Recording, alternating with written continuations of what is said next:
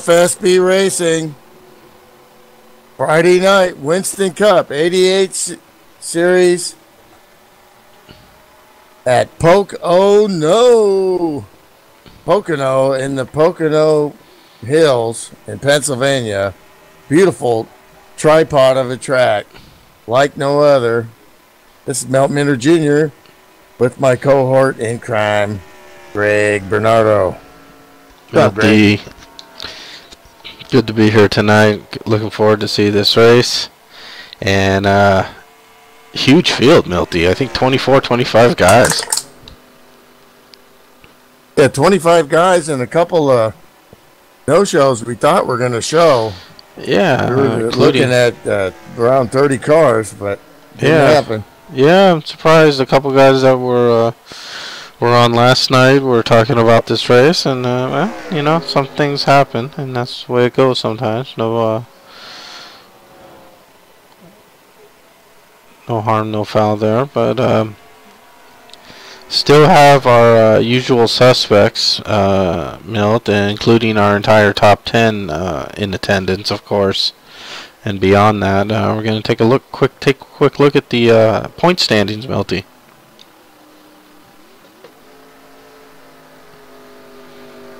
This is a hotly contested field. It's great because it allows for pause the race just a bit here as I bring on the point standings, as they're in the happy hour right now, and you can see there, Milty, that Robert Bokum is really putting the hammer down on the field. Derby Don trailing by a very large margin, 48-point lead already for Robert, and Sean 67 behind. So the top three barely keeping pace with Robert's top first. This is through the first 9 races.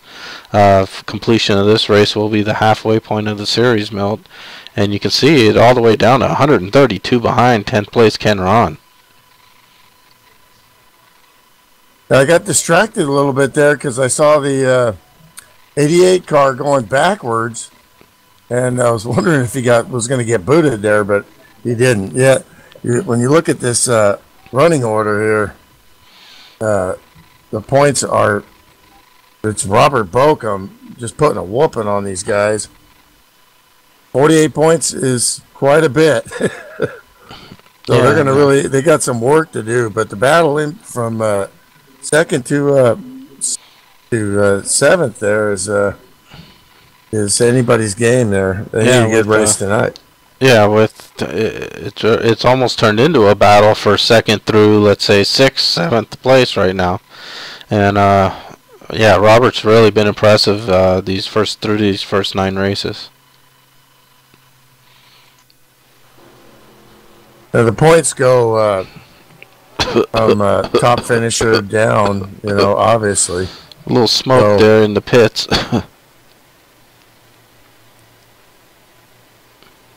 How about that ticker? Unveiled Wednesday night, the NRT FSB ticker. We thank the guys at NRT servers and tech support. Been excellent, and we're new to them this year, and we're really enjoying it, and they're hooking us up here.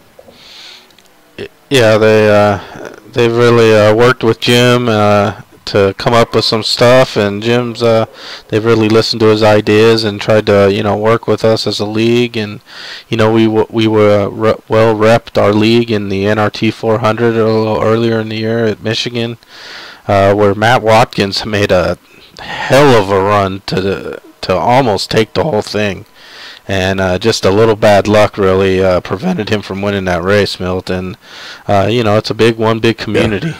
One lap, man. Does not surprise, you know, and then as a racer in this league, you realize that when you're getting beat by these guys, you know, they're world class, you know. Speaking of world class, DeCinza on the pole. And these guys are running 56 by the low 56.365 for Mark. Yeah, that's impressive. 6 car there, Mark DeCenza. Jandry in second. Sean Johnson in third. Lowenbrow car, Dave Jandry. Fourth, Robert Bokum in the 18th. And fifth, Josh Elker. We saw him blinking like we did Wednesday night, but his ping and connection looks fine now. Yeah, he's in the Cheetos Oldsmobile. That's a nice paint job there, Milty. Definitely. A lot of great paints here. Sixth is Ken Ron, 303. Seventh is Michael Sanders, qualified on pole in Vegas, and unfortunately for his fans, that didn't end up well. But yeah, and it didn't go well. Now he's switched hotel allegiances as well tonight, Milt. He's now going to be in the Golden Nugget ride. And there's a paint job of the field, Derby Don, Checkers or Wreckers, Monte Carlo SS, or the Crazy Canuck Monte Carlo. Take your pick. And there's the 6 car Bill Farmer Contracting, blowing his own horn, Milt. What do you think of that? Why not, man? Driver, farmer. There's a 83. How's the song go? See the 83 I'm car. I'm a grinner. I'm a sim racer winner. Yeah, the Jack Daniels Tennessee Honey 83 car. 17 Troy Knoll. Fireball Whiskey Thunderbird. I think you're going to see more aggression than we saw like Wednesday night in the Pro Cup. These setups are more manageable, but unfortunately, that could lead to some early cautions. And the cautions are, this is a big boy track here, and the cautions are long. But FSB has adjusted the pace car speed to slow, so there's a lot of these guys, that they're going to have to do a Tony Stewart and go in the suit there in these long races. 80 laps is a long time, especially with long cautions. So hope we get a lot of green flag here. Yeah, and I'm not sure what happened here, Milty, but my screen is frozen. Yeah, we could be experiencing some technical difficulties, which I'm watching live from the server, so. And I don't. There we go. I'm back now. Okay, and we get the green, so Mark DeCinza in the lead. They're getting sorted out. Nice wide track. Wow, that was a little strange thing there. I don't know. I had my thing on pause or something. I apologize, but yeah, Mark DeCenza leads them out, and there you can see a gaggle of cars behind them.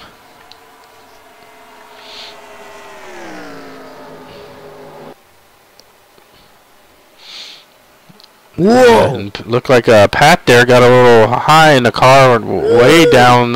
It looked like maybe TG, way down on the inside, almost on the grass there. That'll make your sticker pecker. 6 car continues to lead, but the 51 and the 5 are. Great come out of 3 there.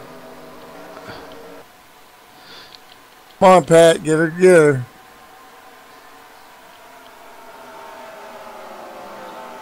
Do not want aero damage here. No, you definitely don't. You need that. You need that. You need that to.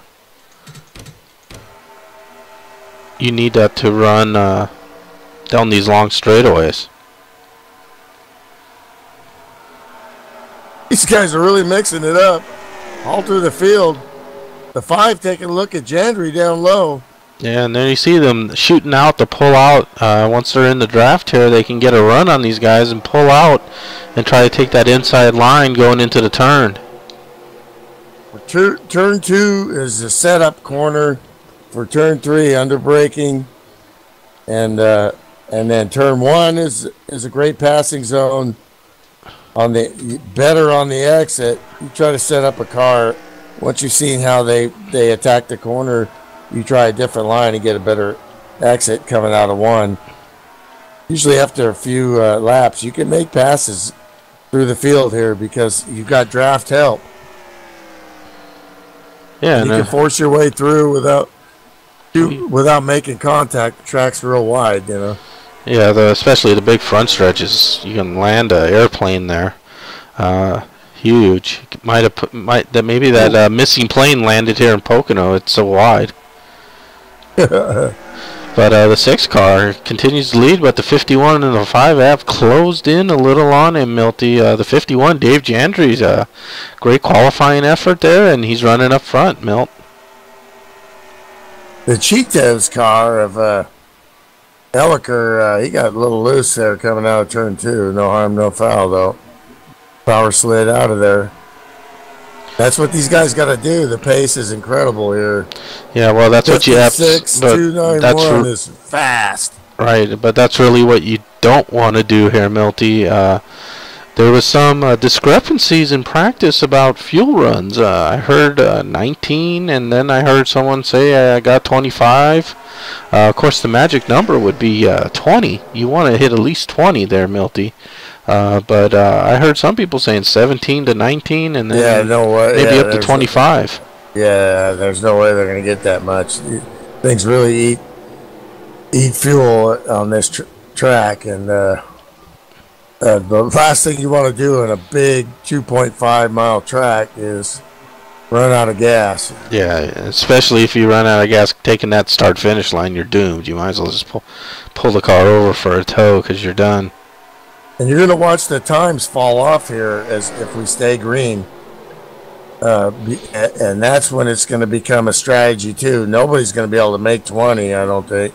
Or if they are, they're going to, that they could. So we're going to see, I wouldn't say that I know for sure. So yeah, and we saw a change for second place there. Sean Johnson got by Dave Jandry, who looked like he recognized Sean was a little faster car, and the sake of not losing too much time battling side by side, he kind of went high, let Sean take the inside line, and got right in behind him. That's a good move by a veteran driver there. Oh, we got a little smoke.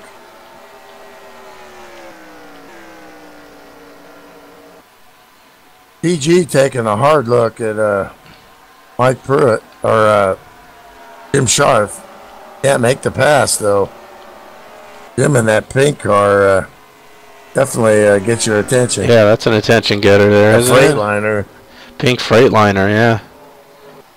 Yeah, and this is for the battle at the back of the pack, Milt, which just goes to show no matter if you're battling first, second, and third, or 18th, 19th, and 20th, there's battles all over the track. All these guys that go from first to 15th are all within a second of each other, which means you still have a chance with the draft. But you got to stay with that pack. Once you lose the draft, here you really start to hurt. Here's the 80 car of Ed Finley and the 8 car of Dino Francisconi, the Hooters ride, battling further down the pack.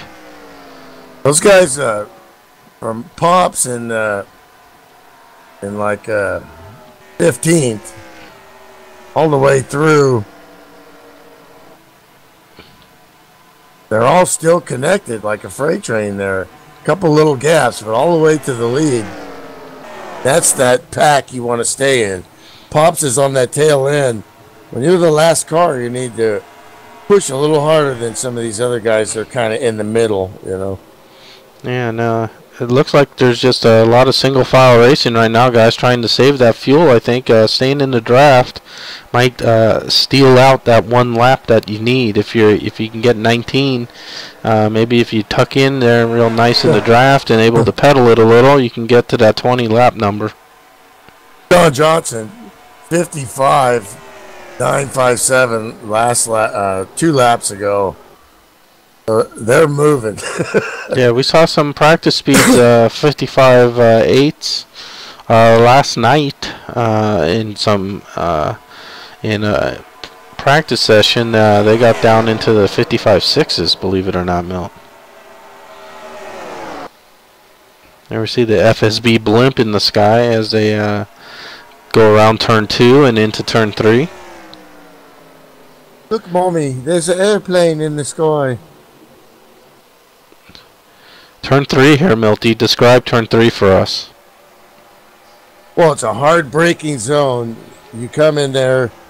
Most of these guys are just staying in. Some are staying in fourth, and some are going down to third in turn 3. And brake hard in a straight line, and then let the car roll. And you got this 3,500-pound car, and it's basically flat there, and you're trying to put 850 horsepower down, and do it in a nice arc, and have that great corner speed, which is hard braking from 150 or so in the short shoot from 2 to 3. All these corners set up the next one, and the rhythm can be so smooth, and then all of a sudden they can really bite you if you overbrake or underbrake. As the tires wear, you're starting to see cars get wider and wider going through 3 as the leaders go through right now, and that you really don't want to start to have to turn that wheel too much coming out of 3, because that's where it really eats your tires up. Yeah, you don't want to screen these tires. And let's see, we're on lap 10 of 80 right now, Milt. It's gone green since the start of the race. Not a surprise there with these great drivers. 24 cars all on the lead lap. And Mark DeCenza has led every lap so far. 5, Sean Johnson's been right on his bumper basically since the green flag as well, with Dave Jandry right there in third and Robert Bokum fourth. These guys have been in line for the most part and just turning laps. Ken Ron, last lap 56.082. Still pretty good pace after 10 laps of grinding those tires. This track is almost as bad as Indy. Like they always say in real racing, they take the same tires they use at Indy and bring them over to Pocono, because it's the grinder in the real race in the last couple of years. They've put new patches of pavement in the racing line. Here's our second place points in the point standing. Derby Don McCorson. He's in this lead pack as he needs to be. This is right where he needs to be. Robert Bokum is the leader up ahead of him, but he needs to be in the lead pack, Milt, if he's going to have any hope of digging into that 48-point deficit. Derby Don really trying to take a look at Bill Farmer. Bill's having a great run here in 8th in the 06 car, and but Derby Don wants to get around him. Yeah, that's a good battle there for, I think, like about the 7th, 8th position. Lap 11, this is where you want to try to make some spots up, and then if you save tires, that's everybody's trying to save tires, so your mentality has to be, okay, right now we're going, because everybody's so fast. You look at the qualifying times, we're only 2 seconds from first 20th, and Palmer was the only one he did not DNQ'd. So these guys are, this is when you want to make moves. Here's a good side-by-side battle between Joe Cutt and 17 of Troy T-Roy and the 9 of Ken Hansen. They sort themselves out as they get out of the turn there. Pops lost that pack, and now Steve Weber is in danger of losing that pack, but just wants to stay in touch here. He can still make a good pit stop and get back out with the lead pack if we go green pit stops. Yeah, and Ken Ron and Bill Farmer and Derby Don are right on the edge of losing it themselves. Yeah, this is now these guys are pushing, running 55s, and now all of a sudden that thing won't turn, and then when you try to turn it, it starts to get loose. It's a very good setup. Setups for Pocono are right on the money, but hard, tires wear out, so yeah, you have to adjust. As they went into turn 2 there, Robert Bokum took a look inside of Dave Jandry. I think he does have a little incentive there to get ahead of him because he's got his teammates up there. He'd like to run nose to tail with his teammates.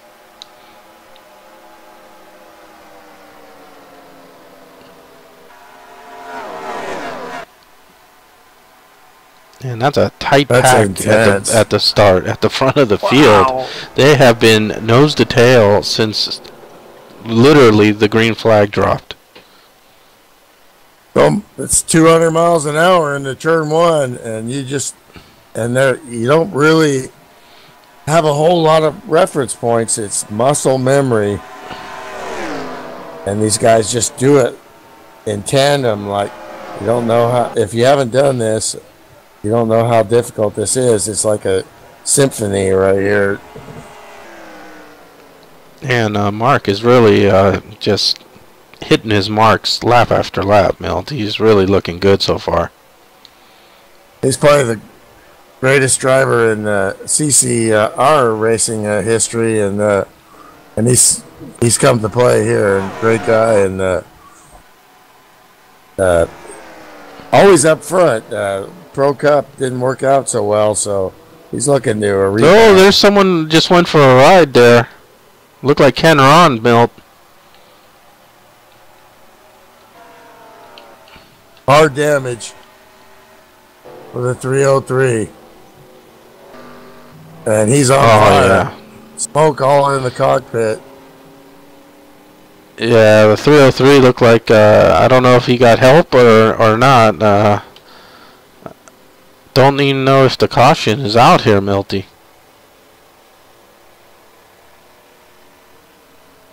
Comes through the tunnel turn. Yeah, he's smoking, and comes through back turn end 3. is really mashed in.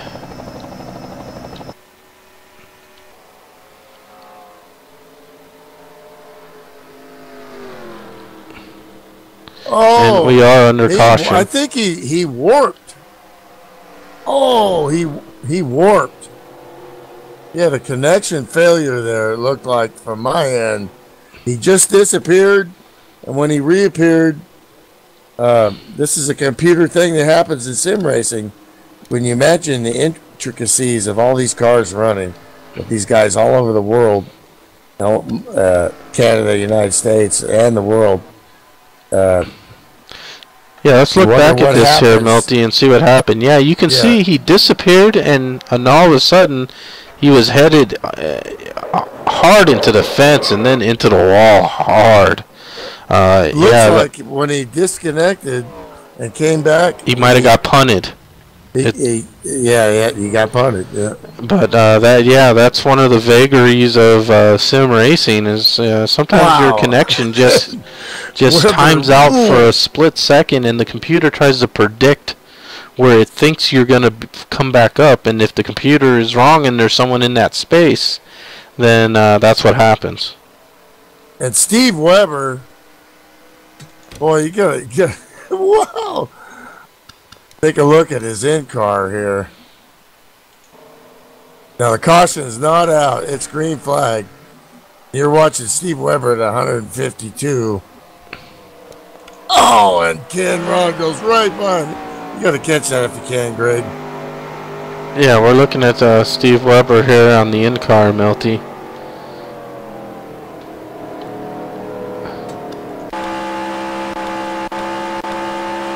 Just see the 303 dig into the ground and shoot right back up in front of him. And it's like, I don't even know if he had a chance to lift there, but he's like, oh my gosh, I'm glad I cleared that.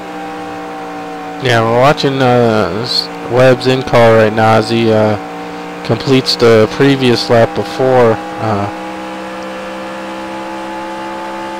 You can see everything looked okay, and you can see out the front of his window there, everything looked okay with the 303. You didn't see like a lot of blinking or any kind of warping. It looked like there was really no indication anything was going to happen. No, it was the other car that warped in front of him, and when he came back, he was right. There was nowhere for. Well, I don't know who was behind him there. I'll have to look at that. We better get the current action here because everybody's pitted. Let's see where the lineup is recirculated here. John Johnson is your leader. Yeah, let's go back up to the front here.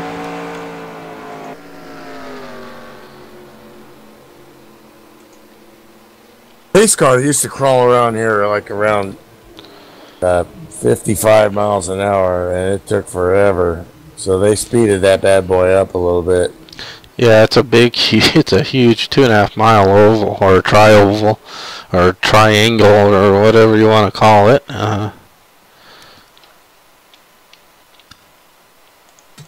So that brings faster pace lap speed. So drivers need to.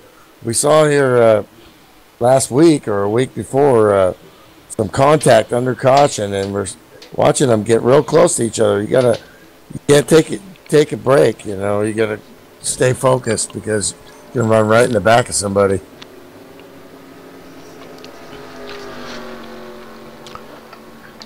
Yeah, it's still a pretty long pace lap. So if you did have a little ding or a little dent, you have no worries here about repairing your car and getting back on and staying on the lead lap. So you can be a little more deliberate on pit road, so you don't take any kind of silly black flag unnecessarily.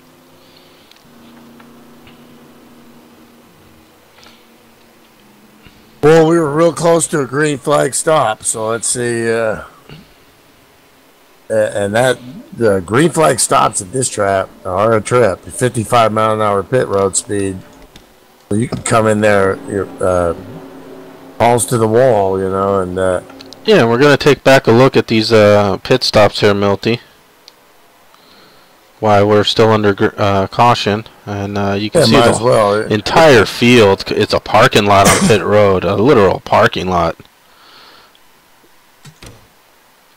Great thing about Pocono is the big stalls. Yeah, and, huge pit road. There you see Mark right there in front getting his service. 51 Dave January, 5 Sean Johnson, all in the front there. 18 Robert Bokum, and you can see it's a pull out and drag race off pit lane, and the 6 won it.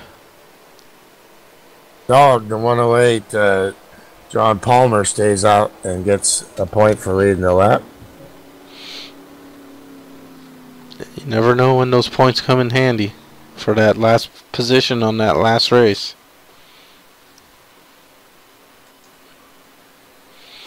And we can see that the lights on the pace car are out, Milty, so we will be back to green flag racing as well here on lap 20.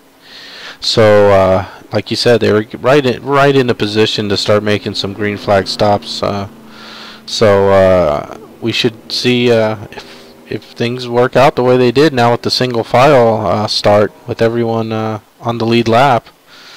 We could probably see another green flag run here. Yeah, it's so hard to pass anyway. But it's the great thing about this track is you can win and from the back, you know. As long as you just start picking cars up, you can make passes through the pack over time and long, but you need long runs, you know.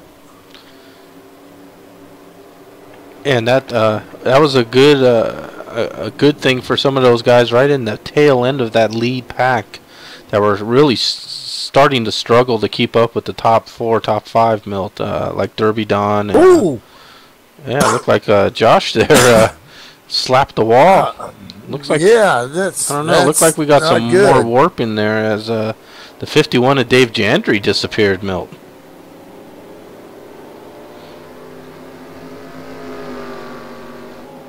I don't know if that spooked him. I was just about to talk about him because he's. Josh has just been. He disappeared. Now he just got back in line here as the pace car pulls off. That could have been a disaster of black flags for the guys that were ahead of him. But he's back in line in second place, and we got green flag race, and I think everything's okay. Oh, well, we got a wreck. We talked about pace car is in. Yeah, there was a pile up there at the start, and the pace car's back out, Milty. It's back out. We'll have to get back to what I was thinking there later. As cars are still going around, we're going to have to sort this out. the 191 going around.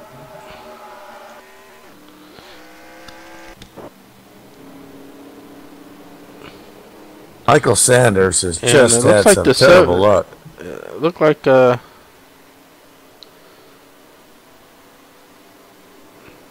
he got loose on his own, looked like.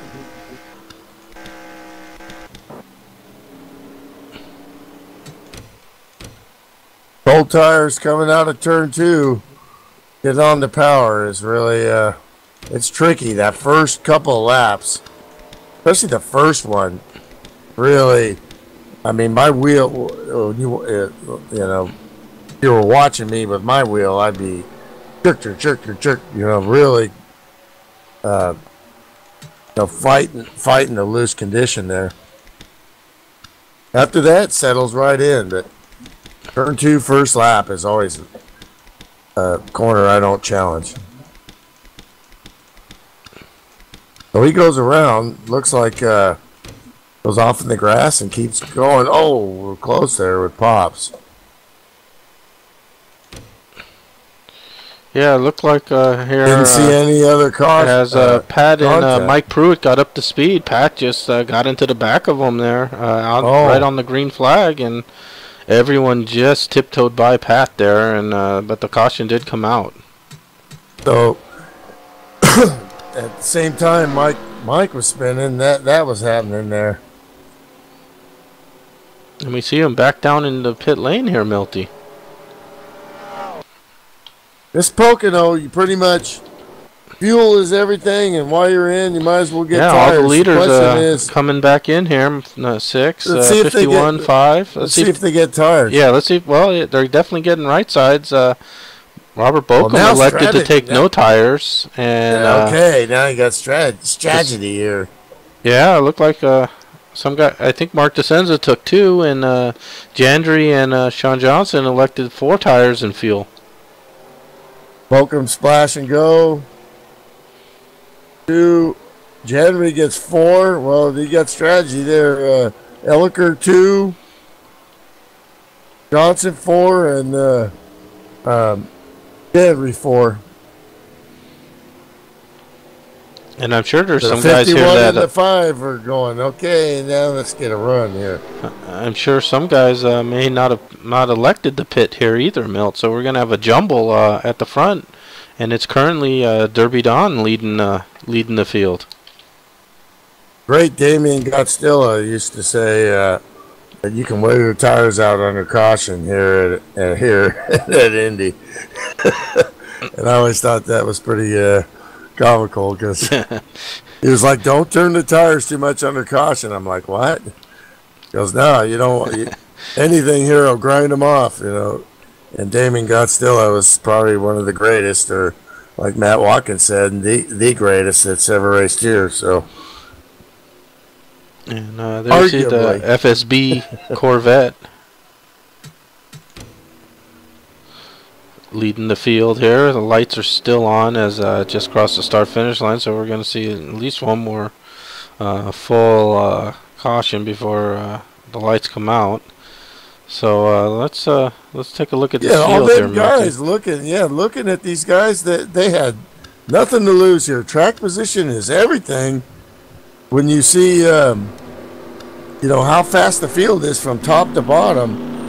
Yeah, that's a good roll for Derby. Only a couple laps. 49 and Derby Don leading the field currently. He's followed by the 88 of Joe Cutter. Right behind him, 53 T.G. Reese. 72 Mike Pruitt. Jack Daniels, he had that contact there with Pat, but elected to stay out and not attend to that damage. He must have got a call from his crew saying he's all right.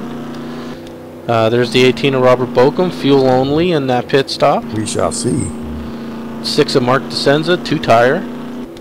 47 of Josh Elliker. I believe, Milty, you said 2 tire for him as well. Well, I don't think that hurt Bokum.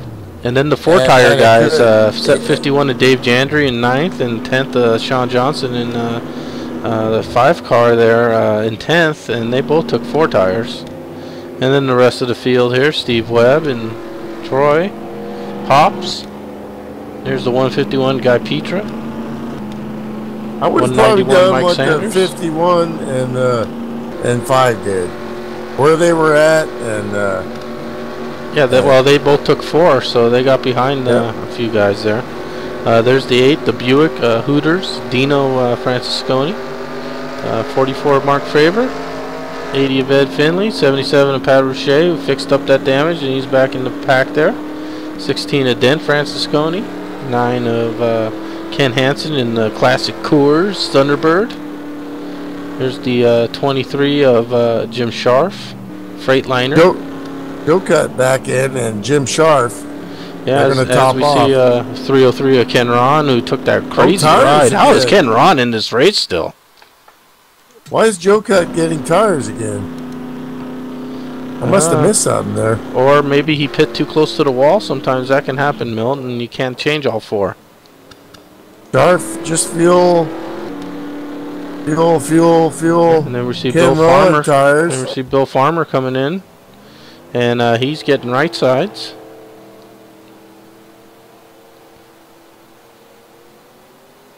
Dog exiting pits. Yeah, and Bill Farmer getting 4 tires and fuel, Milty. Well, that kind of proves old Damien's theory there. Guys are thinking every lap on this track is grinding my stuff, you know. Especially if you're in the back, why not get fuel? Yeah, fuel is huge on this track. Yeah, track position, what we're seeing, staying on the lead lap. Yeah, and what we're seeing is the pace car lights are still on, Milt.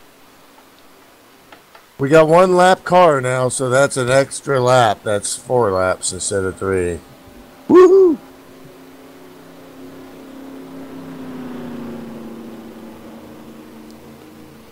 These guys are clutching the heck out of it. And the guys up front with track position are not even, I don't think they're even worried about it. It's like, now we're up in clean area. Let's run, and we're betting we're going to have a caution again.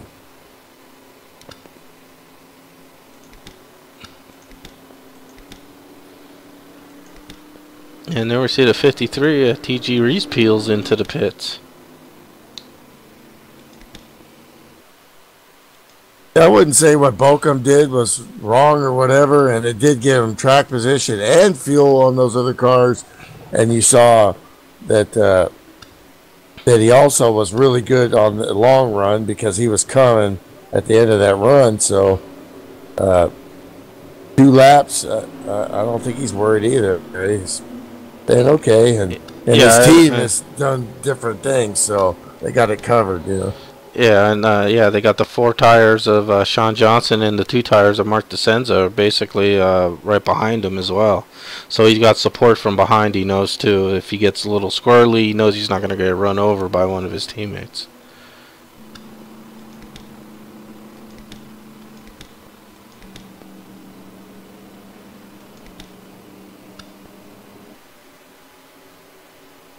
And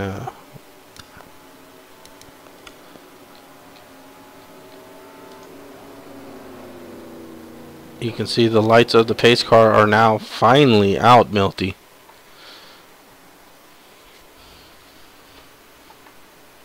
If that's a big incentive for these guys to keep it green, so they don't have to lose their focus here on these long cautions. Sometimes you can start daydreaming here on these cautions, Milty, and then all of a sudden you're back to green flag racing, and before you know it, you miss your marks on a couple turns, and you're in the wall or you're getting freight trained.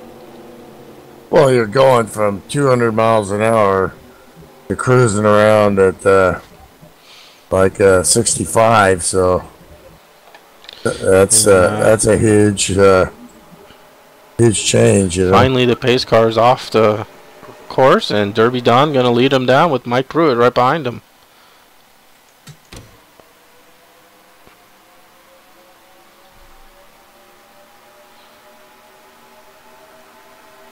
Looks like a pretty clean start there, as opposed to the last time where we had the wreck right as the green flag came out. And I'm watching the feed. I'm not hearing the sound on it right now. Yeah, it's just because the cars are kind of far away from the camera. Ah, okay.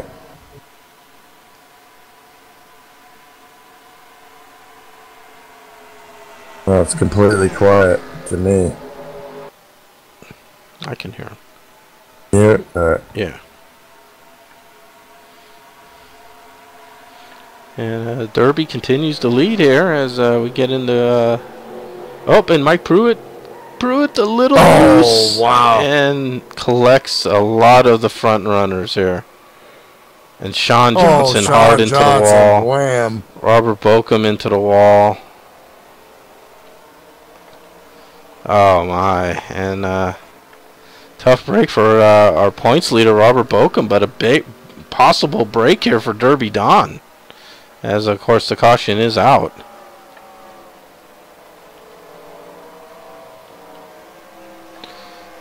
Yeah, that's... You saw Mike Pruitt got a little loose there, Milty. Well, taking a look at it here,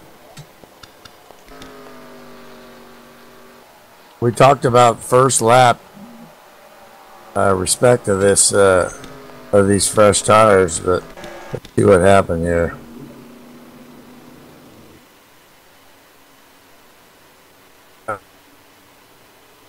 Yeah, he got loose there. He had a little damage on the right side, looks like. But when you catch that apron, oh, he got the 6. Bummer. Well, I definitely know that's, a couple cars. Close calls there. Oh, Jim Sharf. Great job by the 23. We talk about, you see smoke, not Days of Thunder. You can't drive through it. And yeah, and Jim Sharf does a great job. We have it queued up here, Milty, and we can see the 72 car got a little loose there. And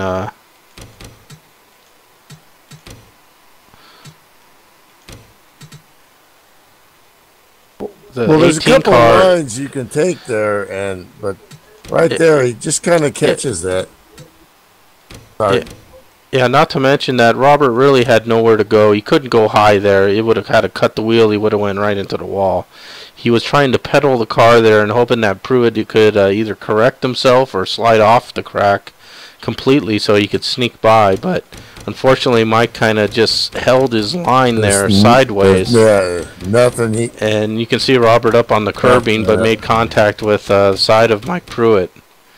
And that sent both guys sliding, and unfortunately for Robert, up the track, bumped the 47 of Josh Elliker. T-Roy hard and Pops hard. He still did a great hard job into the side of Robert Bokum. Low. And you can see 47 car out of shape there as well. That was still a great job by Robert, but when that contact happened, and he got hammered by Pops and T-Roy, it looks like.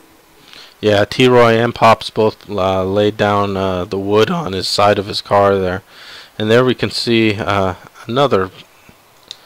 Milty, you're not... That's a high-speed black corner that once you commit to a line and a speed, you can't... It's not like right at that point you can't get out of it, or you can't really. All you can do is turn the car, and you're going to go sideways there. But yeah, Milty, and surely not what Mike wanted to do. Really, an unfortunate situation for. That's poke. Oh no! That's why you call it poke. Oh no! Because it'll jump up and bite you. I'm struggling here.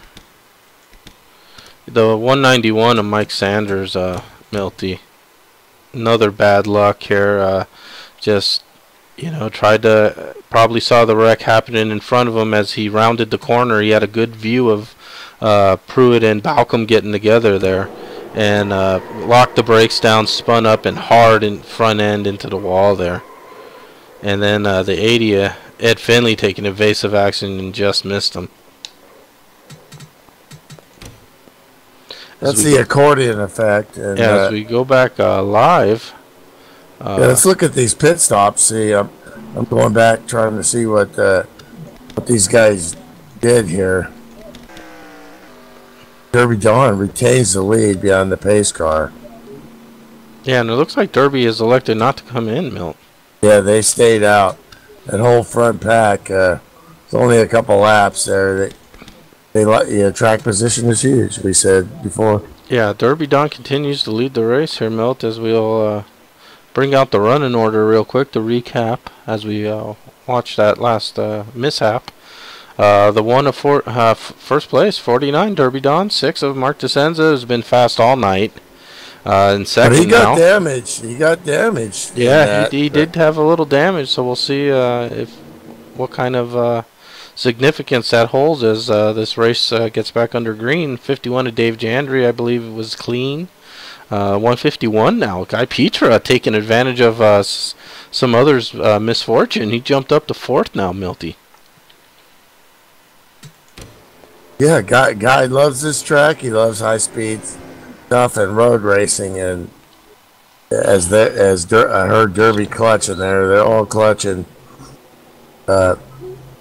And he's got no damage, so I have to wonder what the 6 has got left. The some interesting people here. Interesting people here in the top 10, Milty. Dino Francisconi, Den's brother, I believe, right, Milty? That's his brother? Yeah. 5th place there. That's a great run so far. In 83 of Steve Weber, the 5 of Sean Johnson. Back into, he looks like he might be going into the pits here, because he's dropped back down to 10th as we watch the ticker update. And that puts the 77 car, Pat Rouchet, up to 6th, Milty. And remember, he had some problems on one of those restarts where he got had some contact with Mike Pruitt. Yeah, and he scraped the wall early, too, so we'll have to see what he's got there. And then now, as the standings continue to update, the 53 car in 7th, 8 car of Dino now down to 8th as some pit stops and some updating as they cross the start-finish line goes on. And the 16 car of Den, his brother, right behind him now, Mill, 8 into the 9th. Yeah. And just getting to see Den, Dino run, watch Den quite a bit, but Dino's got some skills too, man. And as we scroll down the order, Milt, only one car not on the lead lap. That's the 303 of Ken Ron, who took that warp ride against the inside rail and outside wall. And only one car, so 23 cars still running on the lead lap, Milt. That's impressive. FSBRacing.com. Very highly skilled field out here. And lights out on the pace car finally. So we're going to get back to green flag racing. And Derby Don's going to lead them down. But the 6 car, like you said, had a little damage in that last dust up. We'll see if he has any kind of significant damage.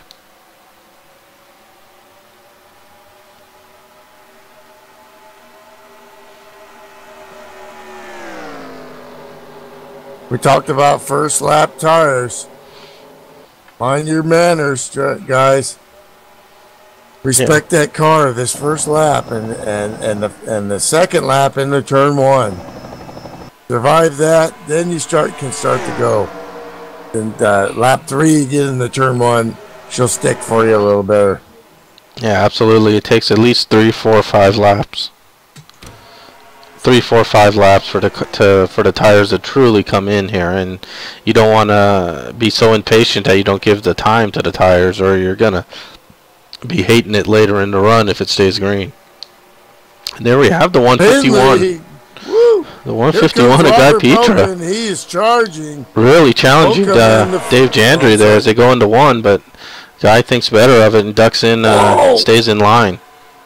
Wow.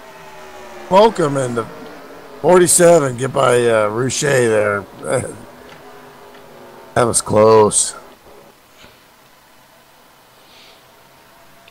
Yeah, we know that Pat... we have lost the 8 there. He went backwards. Something happened to him. But we stay green, so he might have got a little out of shape. We can see back in the field some tight racing and back in the pack, Milt. Gonna watch the 8 and see what happened here. Dino in the Hooters car. Yeah, the 8 car struggling right now as the 5 of Sean Johnson gets underneath them now. Sean topped off right at the end of that caution, so he's starting in the back of the field now, Milt. Maybe a little strategy being employed by the 5 car.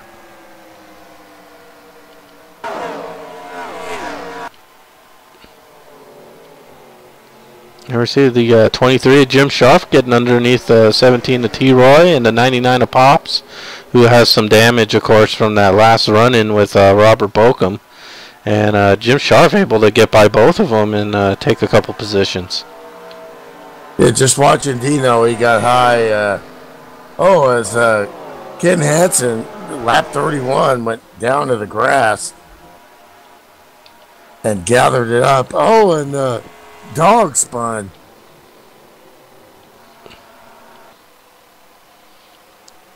And it's still green, so yeah, we've stayed green. Going again. But what we have had is a change for the lead, Milt, as the 6 car was able to get by the 49, and now the 49 of Derby Don getting heavy pressure by the 51. Stuff going on everywhere. Trying to keep up with it. And of course, Derby elected to stay out twice now on these cautions. So maybe he's suffering here a little with the older tires. But the pace car is out, and we have a caution back out on the racetrack.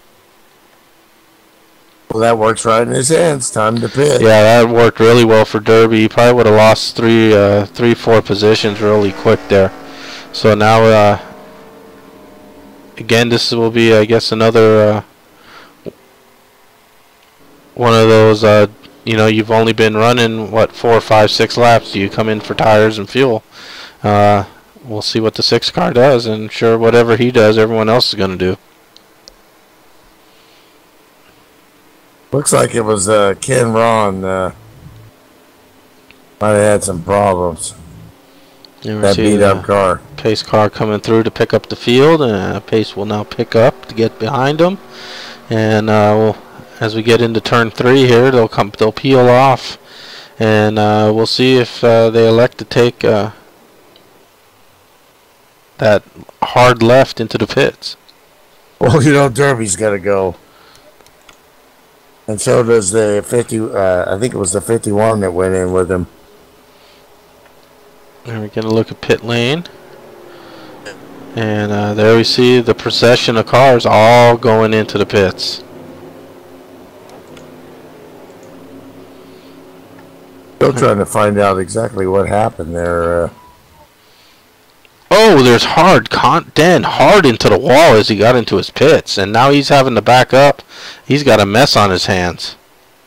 That's tough luck for the number 16. Yeah, it's a mess here as he continues to maneuver. Now he's finally getting some tires changed.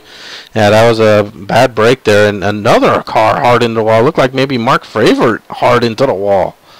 More action on pit road than had been on the track lately, Milt. Well, and then once Den bounced off the wall, he was too close, so he had to get moving, or they would just change right sides. And that really screwed him up there. I'm going to take a pit stop here, sponsored by Budweiser, the king of beers.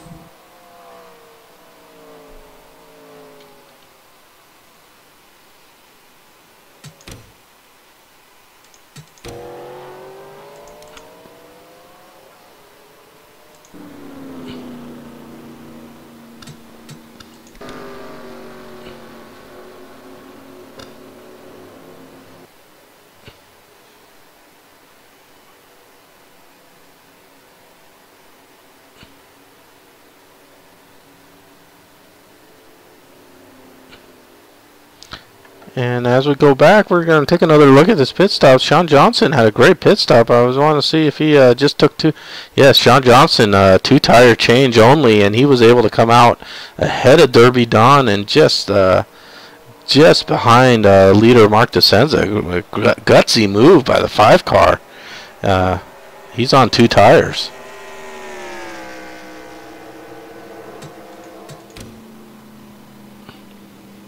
And as we go back to live, we see the lights are still on the pace cars. They just crossed the start-finish line, so 2 more laps here before green. So let's recap the running order here. The 23 of Jim Scharf has elected to stay out. So he's currently showing on the ticker there as a leader. We'll see as they cross the start-finish line the next time around what really transpires there. But we can, as we scroll through the order, we can see the 151, the 108, the 303, and the 23 are all ahead of then race leader Mark DeCenza. These cars are all showing leading them, so we have to assume here that they have not pitted, and if they're playing the track position game, I don't really know if that's a wise idea. Probably not, but but of course with the lights on, if you don't have damage, you know, with the lights on the pace car, you can still you know, duck in when they come back around here and be good to go. And if I was up there, if I was to lead a lap, that's one thing, but to run around up there in second or third, just to me doesn't make any sense. I would just be going in right now for tires and fuel. Scharf. Sanders stays out. Sanders and Guy Petra look like stayed out too, Milty.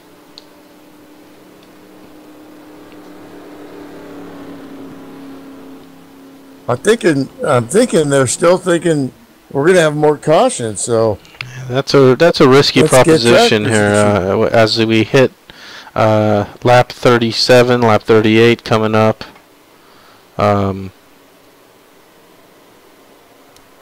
Yeah, I agree. I mean, I that probably wouldn't be my strategy.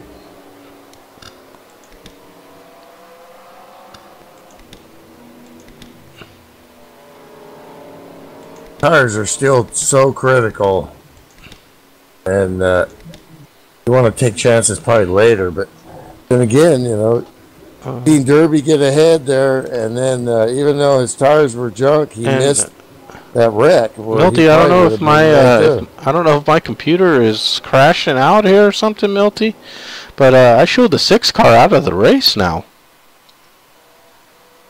Oh, and there's a 6 car now in the pits coming back out. He was. He must have been disconnected there, Milty. Yep, he got bounced and then reconnected.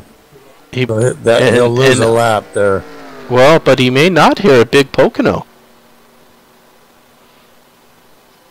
Oh, that's a terrible break for the 6 car. Yeah, it is. I think when you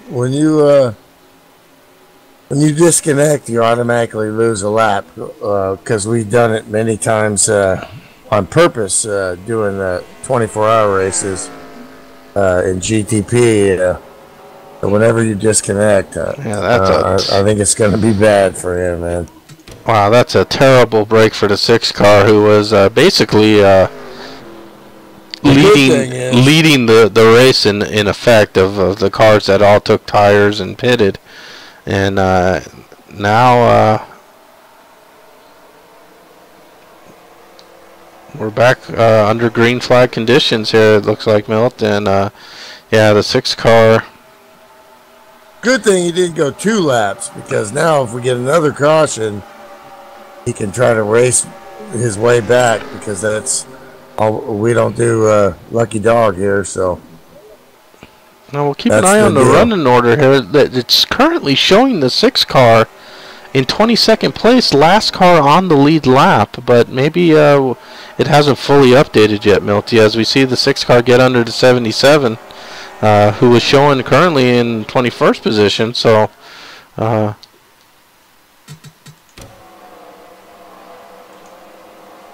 we'll see here. It remains to be seen. Could Mark pulled this off without losing a lap?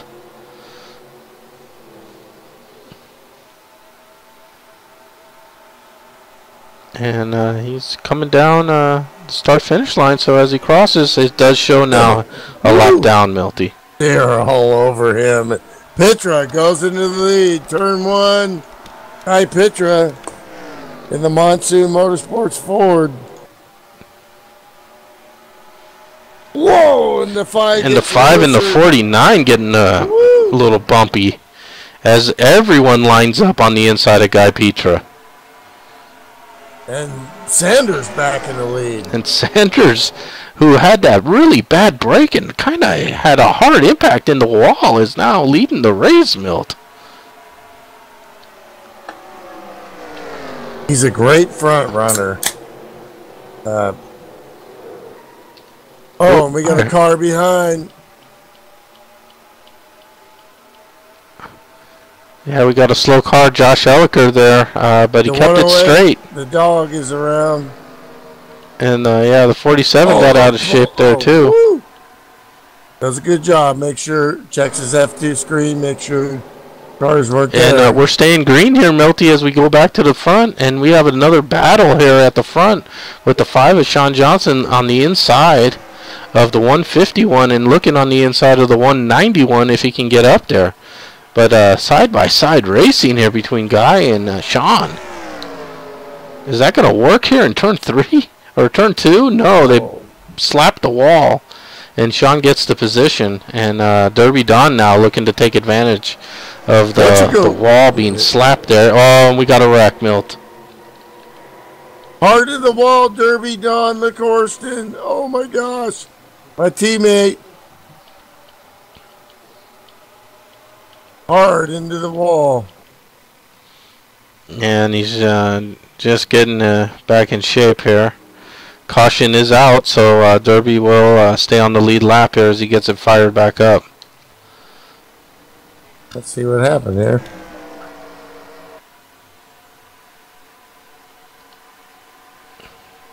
Yeah, we'll take a look back here. Oh boy, it was close. Oh, hit contact with him and Guy Petra. And you can see it was just some really tight quarters racing there, Milt. And the 51 and the 51 and the 83 there, or excuse me, yeah, the 83, right on the back of bumper of Derby Don as well. And you can see that the 151 of Guy Petra slapped the wall coming out of 2, and that gave Derby Don that inside line, and there was slight contact there. Derby around hard into the outside wall, along with Guy Petra, who glanced off the outside wall as well. Damn, yeah. And Derby has to watch the field all go by before he can safely spin the car back the right direction there.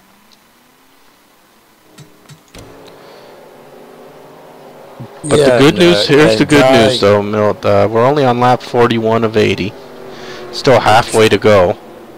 And he's on the lead lap. So if he doesn't have any motor damage and they can bang on that car and get it right again, he still can be a competitive car here. And we can see everyone coming in.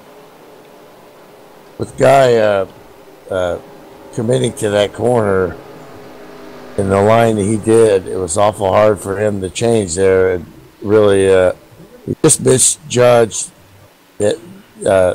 He wasn't trying to side draft or anything, just misjudged his entry there. We saw him go through turn 2 and wondered how they made it, and it's really tricky. When you go side by side, it's like you got to postpone the battle until you survive. Then you go back again, you know. Yeah, and some more 2-tire changes there, Milt, as the 83 of Steve Weber now jumped out and led everyone off pit lane with a 2-tire change. Why not? This race is crazy, man. I mean, you just don't know. It's some sponsor time, team TV time, maybe some points for leading the lap, and see how the cards fall, because most likely you're going to see something happen again. And there we see Derby Don back out after his service, so he's, I think he's okay. I mean, he definitely had some damage there that needed to be repaired. There we can see some hood issues there on the 77, a Pack Rouge. The hood looks like the crew banged it back down into place there, Milt. Well, the 191 continues to stay out. He's like, I got P1. Let the stuff happen behind me, and I'll deal with it. And then TG Reese too. Yeah, how about this running order, Milt? Talk about a jumbled running order in this race. The 191 of Mike Sanders currently showing in the lead here at lap 43 of 80. All these guys have spun or had minor contact, you know, and they're still running strong. So yeah, 53 TG Reese showing in second. 06 car, I should say, of Bill Farmer in third, Milty, and Guy Petra up to fourth. With that contact and hard into the wall, Guy has managed to stay in fourth place here, Milt. We're staying out, so you know we're gonna have to see if that car has got anything left now. You know. Yeah, well, as we take a look at the 151 car, I don't see any obvious damage here on the left side. Of course, that's not the side that he rubbed the wall with. It was the other side of the car. But the car does not look any worse for wear, to tell you the truth. With the I&I file that FSB runs, you don't have the... You have a little more jitteriness, but of course you see it. It's pretty dang clear, the broadcast. But the game, as it runs normally, you have a lot of warp where you just get close to somebody and you go flying. You're not seeing that. You're only seeing them spin when they have actual contact, which is really a really neat thing, a really neat addition to the league and to the racing. You know, you can run a lot closer and not get those mysterious warp bumps or whatever, you know, you want to call them. And looking here at pit lane, Milty, it looks like the 191 of Mike Sanders is going down pit lane now. I think that's a smart move. He's, you know, got the run up front and really, of course, he had a great qualifying run Pro Cup Wednesday night. He's brought down a host of cars down pit lane with them that are on the lead lap still, including the 108, Doug Palmer, Joe Cutt, Jim Scharf. A lot of cars that have hit. It looks like Guy Petra may have also pitted there, Milt. These guys are smart, man. They can add, you know, and they can create scenarios in their head of, you know, trying, just like you see on TV, where you try to put yourself in the position to win. That's all you can do, because the competition level is intense, you know. That's great about being a part of it. Yeah? As we watch our NRT FSB ticker, we see there are a few cars showing laps down that are still running. Ken Ron and Mark DeSenza, one lap down. But now Mark is going to get the start at the front with the leaders, Milty. Big advantage there as long as his car is okay. Well, and I could swear he got some damage there in that incident about 20 laps ago, and we'll have to see how much. Lights are out on the pace car, Milty. How much he's got left. There we see the 6 car taking his position right next to our leader, who is 53 car TG Reese. He warped a lap down and had to reconnect, so yeah, there's a really good chance these guys. He got a great restart there, Milty, as he stays side by side with the 53. That's what he needed to do here, so he can get the inside line here going into turn 1. Question is, can he hold it? As you can see, the answer, no. TG powers on the outside and gets the preferred line, and Mark is still battling him here now as they do a little dipsy doodle there, and Mark going from the outside to the inside. These guys are on live FSB live TV. It's TG Reese and Bill Farmer in first TG and second. Brushes the wall there as Farmer. Man, get some. Bill Farmer going for the lead now. We're getting some newcomers here trying to lead laps here, Milty. Yeah, why not, and the 6 car looks good and looks to be taking the lead here, but TG's battling back on the outside line here, which is the faster line. But the 6 car leads his first lap of the year. Well, he's back on the lead lap, and he wants a caution to come out now, and he's a consummate pro. So I mean, this was inevitable. It looks like he's still got a good car. Yeah, it does. And he's as good as anybody in the world this track. So he's got a shot still, a long way to go. Yeah, I agree, Milt. I think he's going to pull away from the rest of the field, too, as they start battling each other, which is fine by him. I don't see him giving up this lap. As the 53 car coming back on the 6 car now. They got the draft, and they still can't keep up. How about Ken Hansen? He took a ride on the Reading Railroad there and head off into the grass there and didn't have contact. A lot of these guys have done self-spins, avoided contact. So much action, I can't remember all of them. But we see Ken under some heavy pressure there by the 51 and the 5, who have taken the inside line. Dave Jandry looking on the inside of the 9 car, and he will take the position, as will the 5 car. And the 18, Robert Bokum, who took that hard lick on the passenger side of the car, Pops and Troy really hammered him, but he's back out there battling, and now he's side by side with the 9 car and looking to get that position. Well, like I was talking about Doug Tevick, I got really excited there when he won the Pro Cup race on the FSB broadcast. You can see that on YouTube or Twitch TV. Great race. None of these guys are going to quit. You know, they're going to battle, man. Going to race and have fun, and as long as they got a good car, you know. No, absolutely. These guys are all fighters, and Ken is having a tough time here as he got a little out of shape, got out of the groove there, and a bunch of guys got around him, including the 8 car now, and Ken trying to battle back here, and he needs to keep it under control here as he got a little squirrely behind the 8 car. And Derby Don, there's Derby Don after his incident. Milty, he's in the back of the pack now, battling away, but he's kept the car on the lead lap, which is what he had to do, Milt.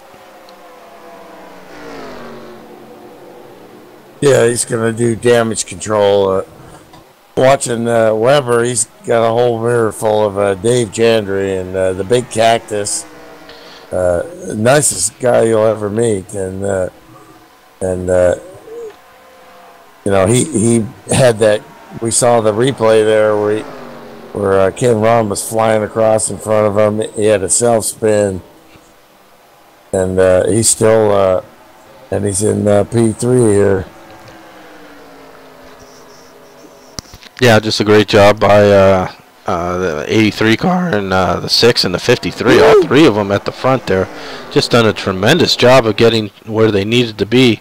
We can see they're approaching the damaged car of Ken Ron as they all loop around him there. And this is where it can get a little dicey here, Milty, as they try to get around the lap car. Well, the 06 and the 53 aren't going away. They didn't piss in the wind there, excuse my French, but they're really showing what they got on, you know, HD FSB TV here, and they're not going away. Broadcasts are in 720p. We're in high def here, Milt. And it shows you the skill level from top to bottom. You see guys qualify 22nd, and you might no attention, but as a driver in this league, every one of these guys can give you some, you know. Absolutely, and we continue to see the 6 car staying strong out in front there, leading laps, Milt. Really close to 83 and the 53.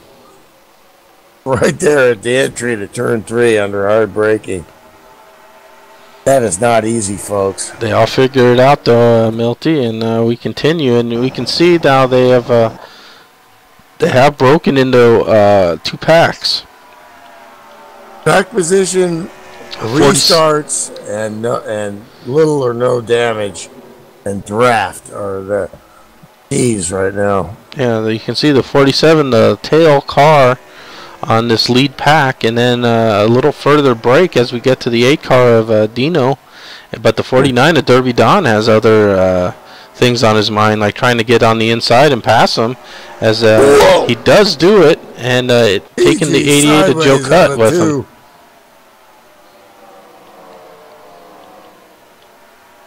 Dino was flirting with the top 5 there, and then disappeared, but like we always say, damage control didn't find the wall, and he's battling again. But there's a gaggle right there of comers. Yeah, there is, and you can see this lead pack here is all in line. No one's battling side by side. That's again veteran drivers here in the front. With they all know, they're all, I think, almost all pros here, Milt. So they've raced against each other for many years, and they know now if they can stay in line and pull away from the rest of the field, that gives them a huge advantage on taking that inside line and knowing that if you don't make it work, you're not going to lose any positions. And also, it changes the fuel mileage strategy for the cars running so far behind you. They're going to get desperate and maybe make mistakes that you can take advantage of.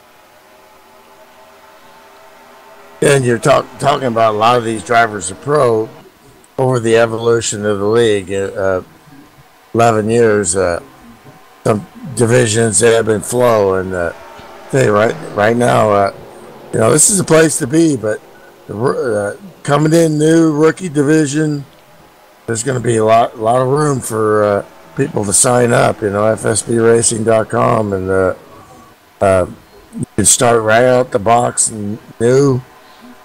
Get a wheel, get tech support, get the game on eBay, and relatively cheap now, and the wheels are cheap, and a bunch of guys here that'll get you all the necessary knowledge and logins and tricks of the trade to get you hooked up on the server, FSB.com, FSBRacing.com, and you get placed in when you sign up, you get placed in the applicant stage. It's like a 30-day free ride, no obligation kind of thing. You get to jump into a couple races throughout the month there, a couple races a week if you so choose. Get the feel for it if you like it. The admins take a look at what you've accomplished in that month and how you've driven. They'll offer you an invitation to be a rookie, and if you accept that, then you're on your way, and that's where I am, and I'm looking forward to moving up and mixing it up with the big boys eventually. Yeah, and you've come from just like we talked about, starting brand new, learning, and then and now you're winning races in the Rookie Cup and fighting for some championships, and we're all racing fans, and we watch it on TV. We all we get the simulated here, and it's a lot of fun, and it's easy and relatively cheap, and there's room, so Yeah, and as we go back here to the second pack, Joe Cutt leading the second pack, followed by Derby Don.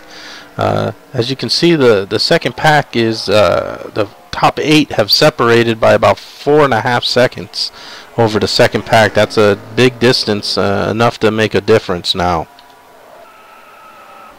And I heard some brake squeals there.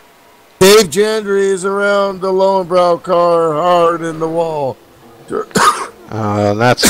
That's too bad. Dave had a great run going there. He was in P4 and he is not moving. He can't move. All the cars coming around Pocono. And he's still so he's waiting for everybody to come around. It's frustrating. It's hard to do, but you can see some heavy damage to the rear of the car too, Milty. Let's take a look at what happened to Dave.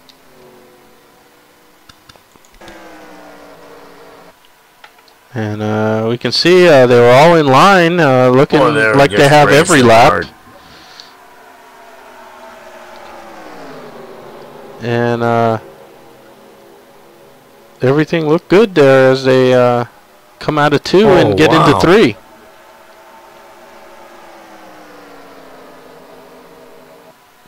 Here we see the 53 car of TG got on the inside of the 6 car and took the lead there. And the gaggle of cars at the front here, Milty, and the 5 car just got into the back of the 51 and spun him hard. Yeah, it's just the 5 car really got right into the back of Dave Jandry there and spun him. Yeah, yep. I was watching that. That was hard to say if he slowed up for the car in front of him, or looking at that right now.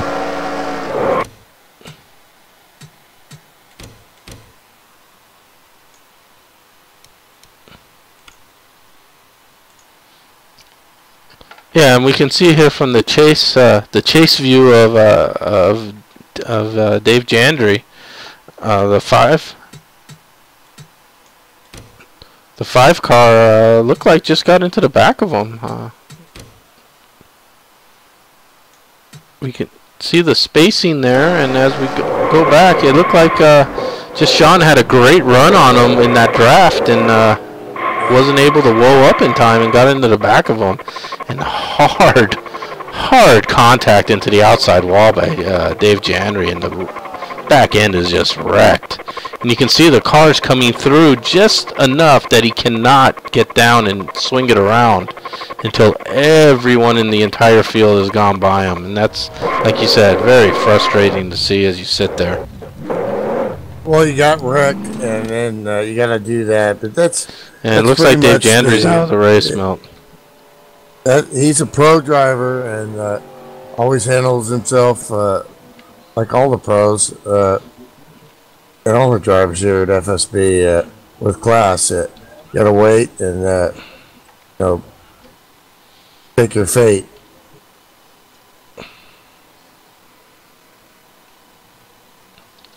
And it looks like the 5 car has retired himself, Milt. That could have been a second incident possibly for Sean Johnson. I think it was.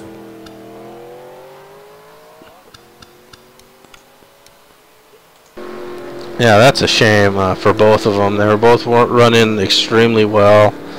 And, FSB rules is what we call a 2-incident rule is in effect in all these races.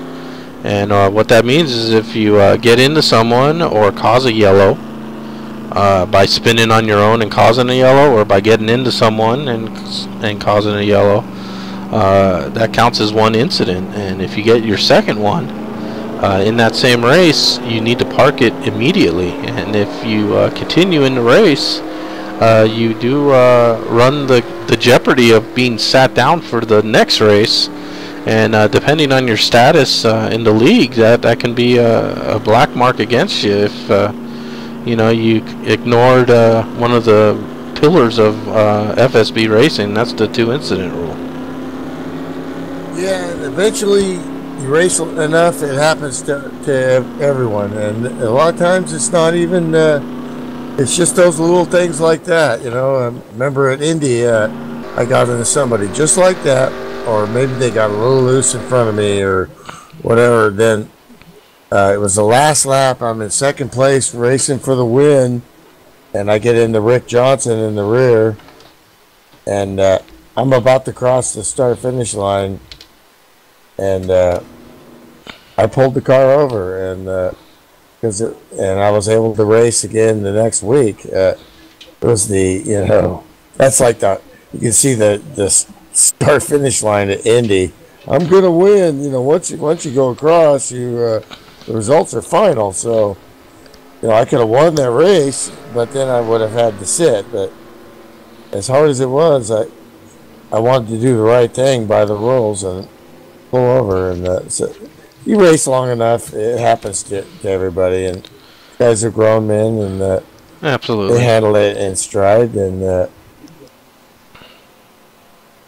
it's just great to be a part of it. And this kind of racing, as intense as it is, and you've seen that intensity. Oh, the 53 sorry, I got distracted there, but the 53 at the last minute, TG got real squirrely there, and then he got lost in space and didn't know which way to back up. It's like in the parking lot in the mall there. And with these final pit stops here, that gives the lead back to the 06 car with 83 of Steve Weber, second to 191 of Mike Sanders, who just pitted, will abandon that position and give it over to I believe the 18 car, Robert Bochum. So Robert Bochum, after that one incident there where it looked like his car took a lot of damage, has really kept it together. Now he's in third position. That's just a mark of a pro that he is, and and the winner that he is. And looking back into the field here, it looks like the 47 of Josh Elliker is right behind Robert, and the 88 of Joe Cutt.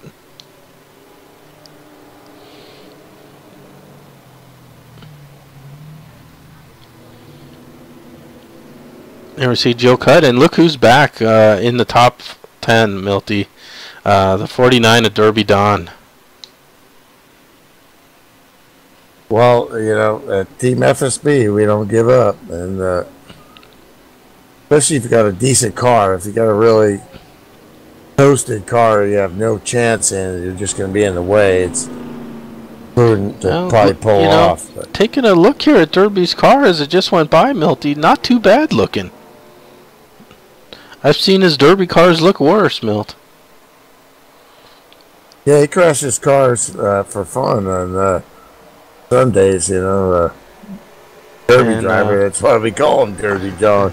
We're back green here, Milty, as the 06 car takes the green, and he's followed closely by the 83 and the 18. Steve Weber looking for the lead here for the first time tonight.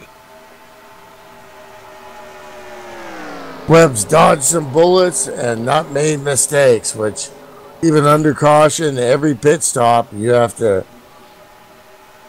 be absolutely perfect. He's done a great job. He's kept his car pretty clean, and now he's looking on the inside of Farmer there for the lead, but he thinks better of it.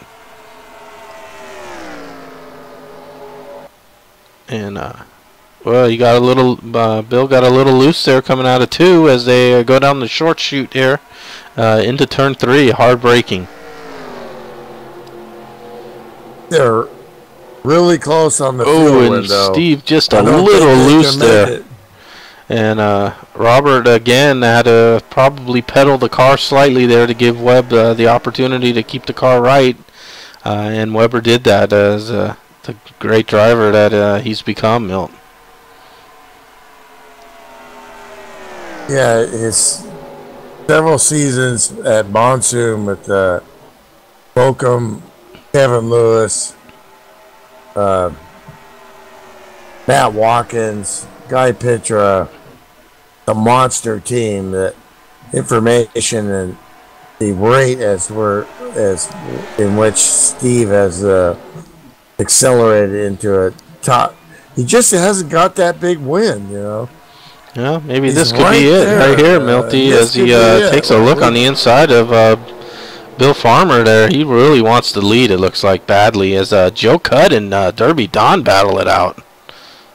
Your adrenaline's pumping and you're fired up, man. I mean, but you got to temper it, man. It's hard. And caution is out. Caution is out, Milty. Okay.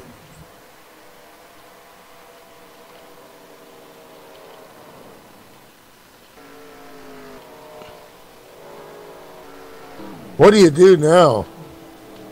Well, we're on lap 62 of 80. Yeah, I go in and this is my last stop, Milty. You got to get 4 tires, and even the leaders, I get 4 tires, and because now you should be able to make it with some caution laps. Absolutely. Yeah, I come in, I top off, I get 4 freshies, and I'm on my way for the rest of the race. And you don't pit, yeah. Caution, whatever. And we're going to stay on the leaders here and see what they elect to do here. Bill Farmer leading them down into pit lane. Can't say it's completely unfamiliar for Bill here, but hasn't been leading a lot of laps lately, Milty. So this is probably a little nervous time as well for some of these guys. Bill's had some time off, so he was gone for a while. And I raced with him in Pro Cup a couple seasons ago, and when he was a rookie, and he was very good, you know. And so you don't forget, but you know, now you got the big dogs behind you, and you got to execute right here, nice and smooth, under caution pit stop. But this is. One mistake here, you're done. You speed, you're done. And and let's not forget the 88 of Joe Cutt. Had a great run in the Pro Cup, Milt, and he's full of confidence right now. And I think he sees himself as a potential winner still in this race. He's, been up and down. He's avoided some incidents in the back there, and I think he's looking to be one of these cars here that wants to throw his hat in the ring. And you like we said, but and there's a little contact as they get off pit lane there with the 6 and the 47 of Josh Elliker with a great pit stop. Come on, Bill. Bill looked like he held him off though, and he's still our leader with the 47 now of Josh Elliker second. These guys are all looking for their first wins, and they're hungry. They're hungry. This is definitely not besides from the 18, this is not your usual suspects, which the fans got to love this because, and it pretty much odes to what we say about, the skill level from top to bottom. We've had the 15, the 18 dominate a lot here on TV, and last couple of racers, Yes, with Ken Shea winning that thrilling race when Robert it turned out that I thought maybe he spun the tires, but it turned out was his gear wouldn't come out of third gear, and when he couldn't shift it out, and he had to get a little squirrely getting into the turn there because he wasn't able to shift his car. And Ken Shea took full advantage of that and won that race. That was a thrilling race. Yeah, no surprise. Ken Shea is probably in like the top 15 win list of the history of the league, so he can get it done, man. But he's been gone a while too, so. Yeah, but he came back with a vengeance, winning several races already since he's been back, Milton. Yeah, 91's a stud, that's for sure. And here we see the running order here with completing lap 64 of 80. So 16 laps remaining, Milt. This has been a marathon of a race as we're hitting the nearly 2-hour mark. In another 10-15 minutes here, we'll hit the 2-hour mark on this broadcast. This will be a record. The 53 shown in the lead and the 23 second. I think the 23 is not pitted though.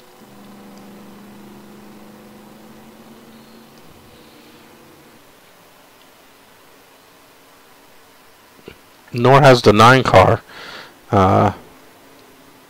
We'll see if they go in as they come back around here.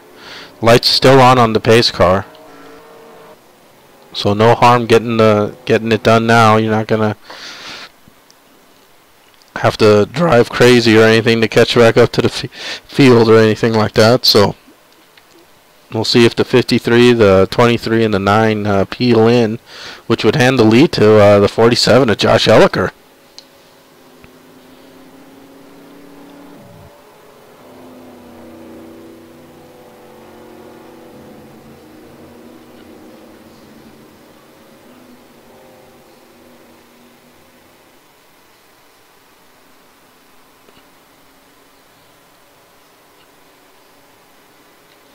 Yeah, and then we see the 23 car peeling in. The 9 car, no, the 23 threw a fakie there, Milt.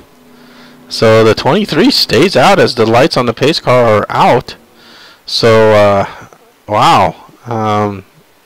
Some gutsy calls there with 15 remaining. If there was 5 remaining, I'd probably might think about it. 15, don't think I would.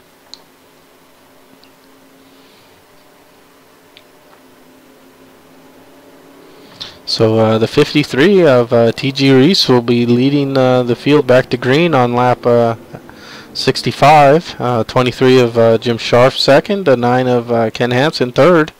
47 of Josh Elliker fourth. And I believe Josh was the first car that did take tires. I believe Josh may have only taken 2 tires. The 18 of Robert Bokum in fifth. The 83 of Steve Weber sixth.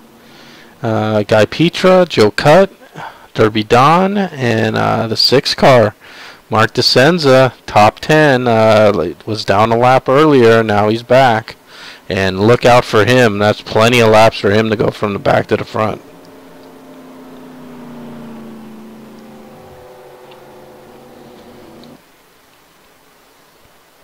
As they go through turn 2 there.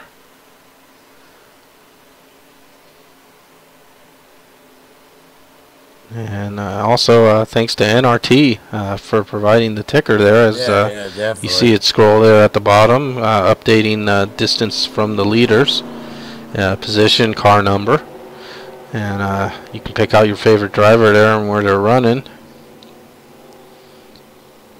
And yeah, so the 49 of Derby Don had problems, the 18 of Robert Bokum had problems, the 6 of Mark DeSenza had problems. All 3 cars in the top 10 now, Milty, and veteran drivers, they know how to get to the front.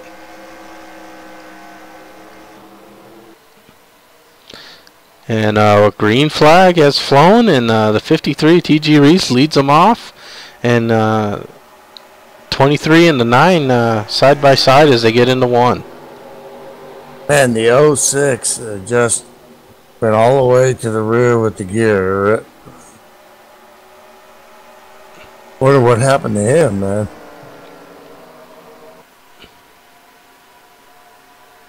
I think he had a bad pit stop there, Milty. But we see Ken Hansen taking the inside of 23 of Jim Scharf, and he's now in the second position as they spread out behind him.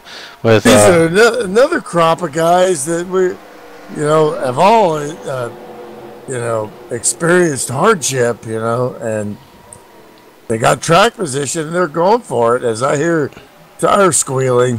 I heard some tire squeal too, but we're going to follow this action here as the 47 looks to get to the inside. But we are under caution, Milty.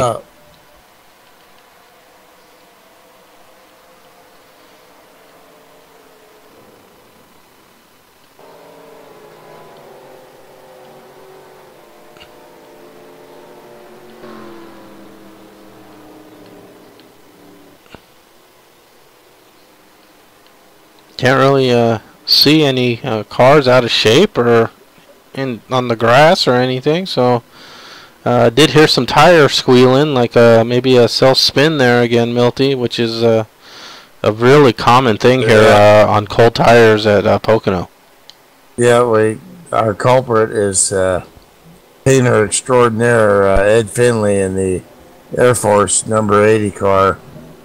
Got up high. I think he saw the 44 get a little loose in front of him and spooked him, but he was in that second groove and got loose, and Dog did a good job to avoid him.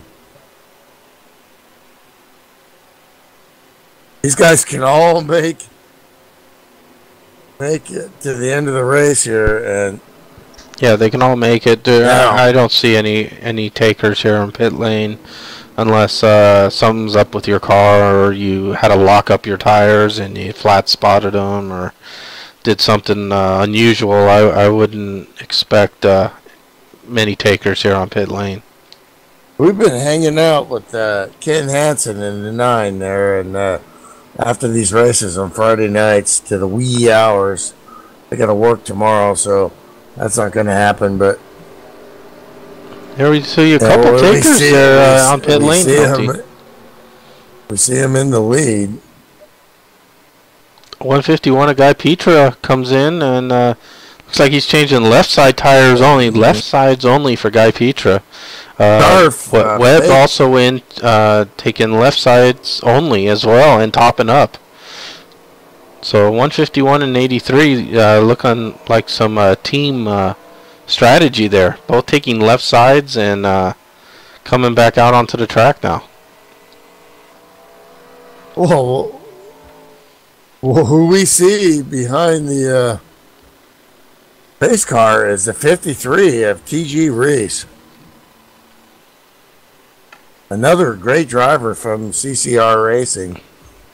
And definitely gave old DeCenza and the boys a run back there. And old Dan Smith, one of the original founders of this league. And he's in P1 there. He's got Ken Hansen. He's hungry. Yeah. Got wins in other leagues. Garf has won some races in the rookies, and he's going to be hungry. Elker's been pretty much posted in the top 5 and stayed right there throughout all these other changes. The 47 has been planted in 5th, and same with the 88.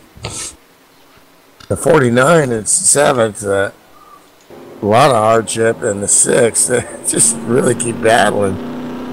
Yeah, and there we see the 50. Good look at the 53 car TGE Skull Bandit Oldsmobile. We know who used to drive the Skull Bandit, Milty. Good old Harry Gant. Harry Gant, you know. And TG kind of reminds me of old Harry Gant the way he drives too. Yeah, and he's got a real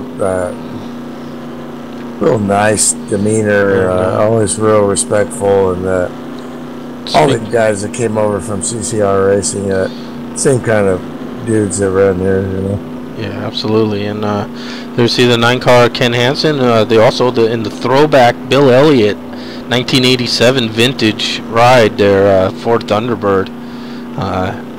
One of the Gant's contemporaries there, and bringing back some good memories for me. 18 car Buick of Robert Bochum Motorsports in 3rd. There's the pink Freightliner ride of Jim Scharf.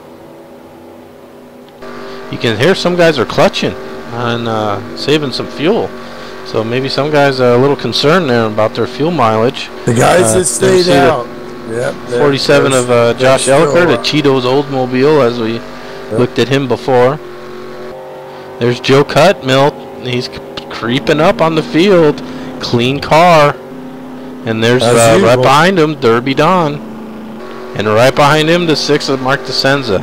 Those 3 there, Milty, I think they might have something to say before this race is over. Yeah, and then we see the 53 going back to the front of the pack here. The 53 car clutching it as they get around the turns here, Milty. So he might have a little concern here with his fuel. Well, he stayed out, so he's looking at like 18 laps he's got to finish, but... and we see a pace car there with the lights still on. And now we see the lights are now off as it crosses the start-finish line. So we will be green flag racing here. We're going to take the green at lap 71, Milt, a 9-lap dash for cash.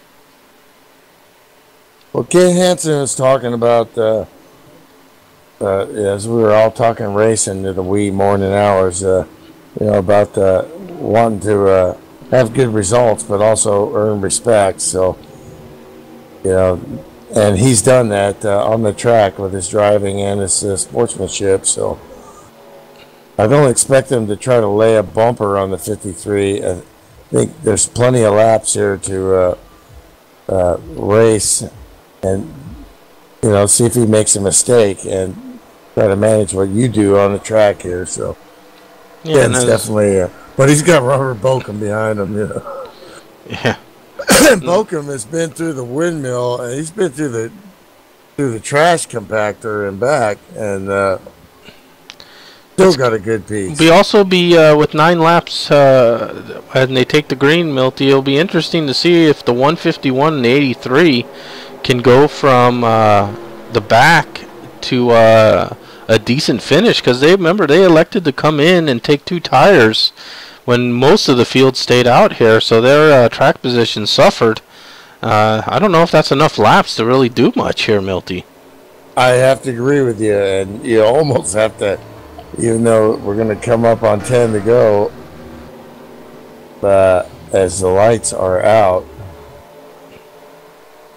the odds of having another caution are pretty high because people are going to be going for it. Well, we are going to see, Milt, as TG takes the green, and just a great run by TG. I'm really happy to see him leading this race. It's always good to see new faces at the front and driving a hell of a race here, TG. As he leads them down into turn 1, Ken Hansen right on him, and Robert Bochum, veteran, winner, very champion. Nice in the turn 1, nice and smooth. Don't overdrive the car. Make them beat you. Absolutely, it's not an easy place to pass. If you run your line and you hit your marks, it's very difficult to pass, and that's all TG needs to think about right now, is to run his line, hit his marks, shut the mirror off. Don't even look at the mirror. Just drive your line, and you'll win this race. And you can see he's opened up a nice little lead over Ken Hansen as he gets a little high there in the turn 3, Milt, which is easy to do. We got smoke. We got the 83, Steve Weber, hard into the turn 3 wall. Yeah, and caution is out. That's not what TG wanted to see at all. These guys that are worried about fuel, you're going to get 4 laps of caution, so you run another green flag lap, get a good restart, and get another caution. You won this race, so if I'm TG, I'm thinking, hell with it, Yeah, I'm TG. I'm clutching. I'm staying out, and I'm thinking I'm gonna win this. I'm gonna win this race on caution if I just stay clean. Yeah, and being the first car there, and he's a very experienced driver, as all these drivers, even the applicants, for the most part. You can still start from scratch here, and guys like Dog Palmer and a lot of guys, as we all did. You also get guys that come from other leagues, and these guys like Hansen. It also looked like the 99 of Pops Marguson got in the back of Steve Webb and sent him hard into the wall, Milty. Yeah, that's definitely not what Pops wanted to do.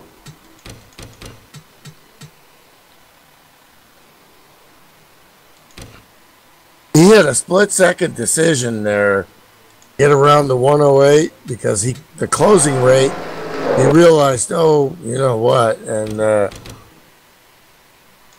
I better move over, and he made the move there, but by doing that, he had no time to react to the breaking point of the 83, because he definitely got spooked by the 108. Just didn't time it right, and then that was had too much speed there. Yeah, and that's too bad for Steve, because last thing Pops wanted to do. He did have some moments there, Webb, where he ran some nice laps there, and he went for that strategy, and it looks like it's backfired by putting him in the back of the field. Milt.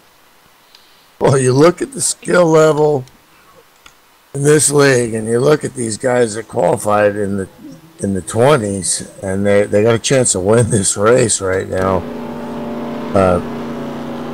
The craziness of Pocono.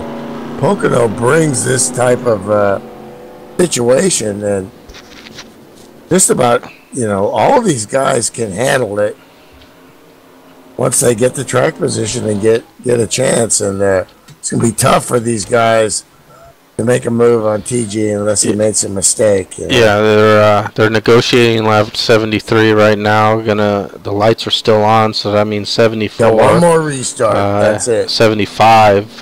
They'll take the restart with 5 to go. Milty set lap 75. Once it gets 4 or below, 6 to go. Excuse me. The race is done with lap cars, so you'll finish under caution. So. Yeah, this is old school NASCAR rules, Milty. Reminding the viewers, no green, white checkers, no overtime or extending the race.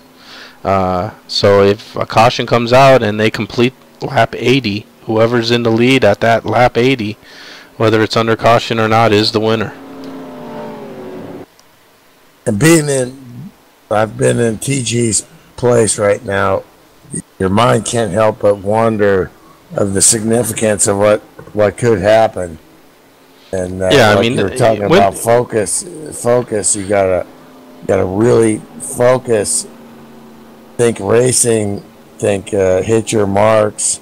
Do what you've done to get here. Absolutely. And let the cards fall. This is where this is also where having teammates really helps. Who can pump you up and say, man, go for it, you got it, it's all you, makes you feel good, makes you keep your confidence up. And we're not having teammates, maybe some self-doubt can creep in, like, oh man, I know I'm not going to keep the lead, or I'm going to blow the restart, or I'm not going to take the turn right. What team is TG on? I think TG's on Sin City, if I'm not mistaken, but I may be wrong there. Take a look at TeamSpeak and PG is in the main racing channel, so definitely, and it's all quiet on the Western Front there. Yeah, the main racing channel will be quiet. Maybe some guys might do a quick, heads up if they're off pace, or if there's a pitting, or pitting, or if they see a guy wrecking in front of them, they may say, wrecking in turn 3 or something like that. But yeah, for the most part, guys here there's no gab fests going on in between cautions here. Guys are focused. They're running through their numbers, talking with their teams if they're in the team channels. It's still serious racing. Even when the caution's out, as opposed to some people who might be familiar with iRacing and stuff.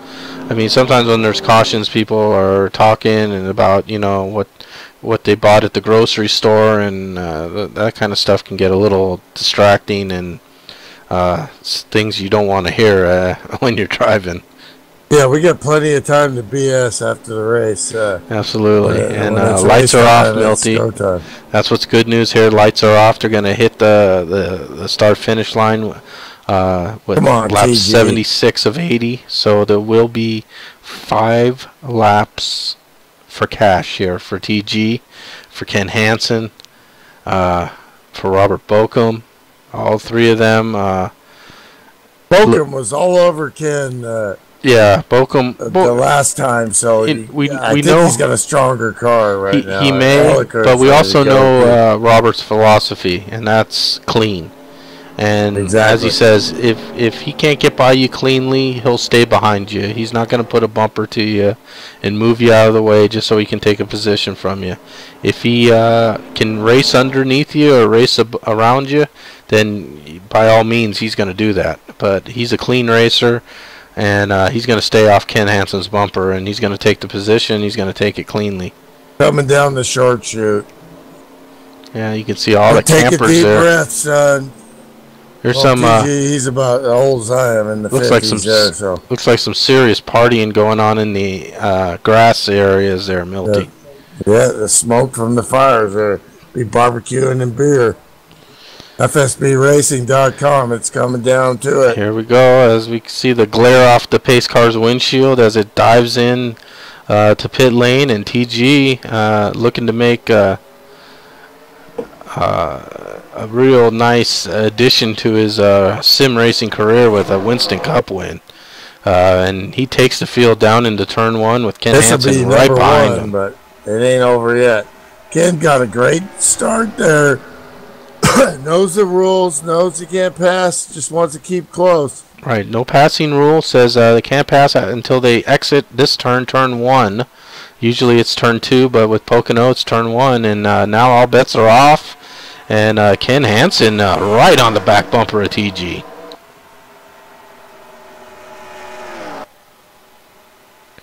And we're not gonna. I know there's a lot of good racing going on in this field, but we're gonna stick it. We're gonna stick right here with TG as he gets a little high into turn 3 here, Milty. If the caution's out, this could be for the win.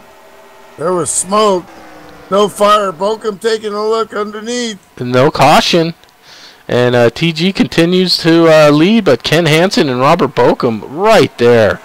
If I was TG, I'd got to keep the inside line here, Milty. I cannot allow them to get inside me, because that's where the passing happens. And you can see TG way down on the inside as they go down the long pond. You want to break the draft too, but you don't want to break it too much. And here comes the 6 car. Because then they have the draft and you don't. So they'll come right up on you. You gotta let them help you push when you're in the lead here. And TG has opened up a slight lead here with Robert Bokum now looking to go. Taking a look down low. And that's classic Bokum racing right there, man. You see how he outbroke Ken Hansen going into the turn, and has just took the position from him. I mean, it was a faster car, and also that's some great driving by Robert Bokum. Ken did a great job by knowing he was beaten, not doing nothing stupid there. But what this has allowed is TG to pull out to a small lead, but now he sees the 18 car in his mirror, and that's not the car you want to see if you're TG. It goes back to 5th, but I've said this before, I'll say it again. He just earned some serious respect points from me, because when you get beat, you get beat, and still got a chance in the top 5 here. But let's get back to the front. Yeah, and Ken hit the wall, glanced off the wall there as they exited 2. But the race is here right at the front, Milty, with the 53 of TG Reese. Whoa, and the 6 goes wide, and the 47, that's a stab it. The 9 comes right up on him. Yeah, there's racing here. Racing here, folks. And the 23 of Jim Sharp now taking a look. Out of it there, another good move. Hate to take away from TG there, but that was some great stuff there. Yeah, no. Come on, TG. TG continuing to hold off Robert Bokum very impressively. Sharp gets underneath. Sharp's. And Ken's into the wall, and they all come to the inside. That's how it goes. You get freight trained, and Sharp gets him. And Joe Cutt got stuck behind Ken Hansen, and that allowed Derby Don and the 17 of Troy. And Joe Cutt high into the wall as well as they exit turn 2. Bokum is all over TG.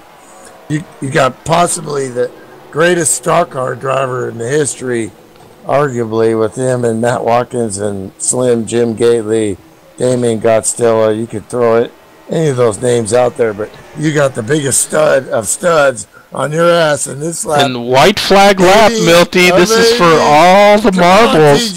Whether there's caution or not, they're going to be taking a checkered flag here. TG continues to hold off Robert Bokum as they exit turn 1 here. Yes, he needs to stay low here. He can. And Robert brushed the wall a little there, and that allows Mark DeSenza to come. Yeah, come on. That's a big break for TG there as Robert Bokum glanced off the wall coming out of 2. And this will be it right here. A clean turn by TG, and it's going to take a championship here. Hold the low line. And Derby Don getting squirrely there as he gets by Jim Sharp late for 5th place. But the race is here. Robert Bokum, TG Reese. Side by side maybe here as they come out of onto the long straightaway. Bokum takes a look. TG takes the block, and TG takes the win. He did exactly what he needed to do, Milt. He hit his marks on these last laps and held off Robert Bokum with a nice covering move there as Robert darted to the inside. A great win by TG.